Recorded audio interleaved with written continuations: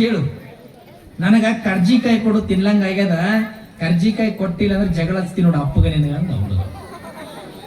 ಹಾಗಾಯ್ತ ತಾಯಿ ನನಗಂಡ ಜಗಳ ಹೆಂಗ ಹಚ್ತಿ ನೋಡು. ಆಟ ಪ್ರೀತಿ ಮಾಡ್ತಾನೆ, ನಾನು ಬಿಟ್ಟು ಆತ ಇರಂಗಿಲ್ಲ, ಆತನ ಬಿಟ್ಟು ನಾ ಇರಂಗಿಲ್ಲ, ಒಬ್ರು ಬಿಟ್ಟು ಒಬ್ರು ಇರಂಗಿಲ್ಲ, ದೇಹ ಎರಡಾದರೂ ಜೀವ ಒಂದಂದಳು. ನನ್ನ ಗಂಡ ಇದುವರೆಗೆ ಜಗಳ ಆಡಿಲ್ಲ ನನ್ನ ಜೊತೆಗೆ. ನಾ ಏನೇ ಕೇಳ್ತೇನೆ ಬೇಡಿ ತಂದು ಕೊಡ್ತಾನ, ಅಟ್ಟು ನನ್ನ ಪ್ರೀತಿ ಮಾಡ್ತಾನ. ನಿಮ್ಮ ಅಪ್ಪಗ ನನಗೆ ಜಗಳ ಹಚ್ತೀಯ, ಹೆಂಗ ಹಚ್ತಿ ಅಂತ ನೋಡೋಣ. ಹುಡುಗಂದ ಅಂದಳು ತಾಯಿ, ಅವಂತ ನೋಡು, ನಿನಗ ಗಂಡ ಇರಬಹುದು, ನನಗೆ ತಂದೆ ಇರ. ನಿನಗ ಗಂಡ ಇರಬಹುದು, ನನಗೆ ತಂದೆ ಇದಾರ. ನನ್ನ ಮೇಲೆ ಪ್ರೀತಿ ಬಾಳ, ಜಗಳ ಹಚ್ಚಿ ನೋಡಿ. ಇವತ್ತು ಕರ್ಜಿಕಾಯಿ ಕೊಟ್ರ ಹಚ್ಚೋದಿಲ್ಲ, ಕರ್ಜಿಕಾಯಿ ಕೊಟ್ಟಿಲ್ಲ ಅಂದ್ರೆ ಜಗಳ ಗ್ಯಾರಂಟಿ ಅಂದ. ಕರ್ಜಿಕಾಯಿ ಕೊಡ್ಲಿಲ್ಲ, ಚಂದ ಕರೆದಿದ್ದಳು, ರುಚಿ ರುಚಿ ಆಗಿತ್ತು. ನೋಡಿದ್ರ ಹುಡುಗ ಬಿಡಂಗ ಆಗ್ತಿಲ್ಲ, 12 ವರ್ಷದ ಹುಡುಗ ಮೊದಲೇ.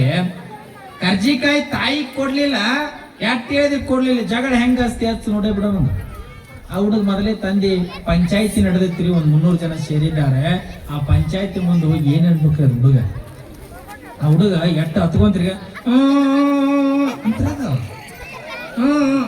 ಅಂತ ಅಳಕತ್ತದು. ಇವ ಯಾಕೆ ಅಳಕತ್ತಾನ ಮಗ, ನೋಡಪ್ಪ ಸೌಕಾರ ನಿನ್ನ ಮಗ ಅಳಕತ್ತಾನ, ಯಾಕೆ ಅಳಕತ್ತಾನ ಕೇಳೋದು. ಕೇಳಕತ್ತಿಬಿಟ್ರು ಜೋರಾಗಿ. ಅಪ್ಪ ಮನೆಯೊಳಗೆ ಇನ್ನೊಬ್ಬ ಅಪ್ಪ,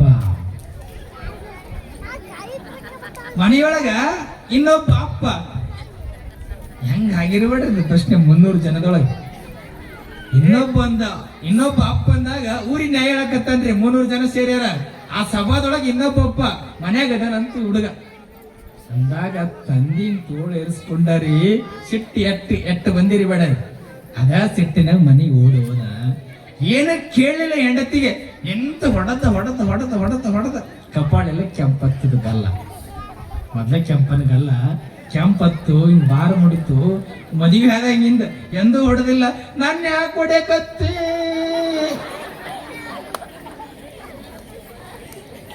ಅಳಕತ್ತಳ್ರಿ.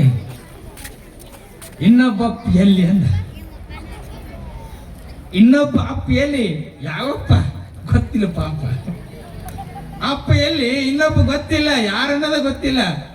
ಮತ್ ಇನ್ನೊಬ್ರಂತಿ ಮತ್ತು ನಿಂತು ಹೊಡೆದ ಅವಳು. ಅಳಾಕತ್ತಳು. ಕರ್ಜಿಕಾಯಿನ ಕರೆಯಕತ್ತಿದ್ರು ಹೆಣ್ಮಗಳು. ಕಡಾಯಿ ಮುಂದೆ ಹಿಂಗೆ ಎಸಿದಳು. ಮೂಲ್ಯಾಗ ಒಂದು ಅತ್ಗೋತ ಕೂತಳು. ಇದು ಮಗ ಇತ್ತಲ್ರ, 12 ವರ್ಷದ ಮಗ ಬಂದು ನಗಕತ್ತಿರ ಮುಂದೆ ಕೂಸು ಬಂದಿರು. ಹೆಂಗದ ನೋಡು, ಹಿಂಗಂತ್ರದು.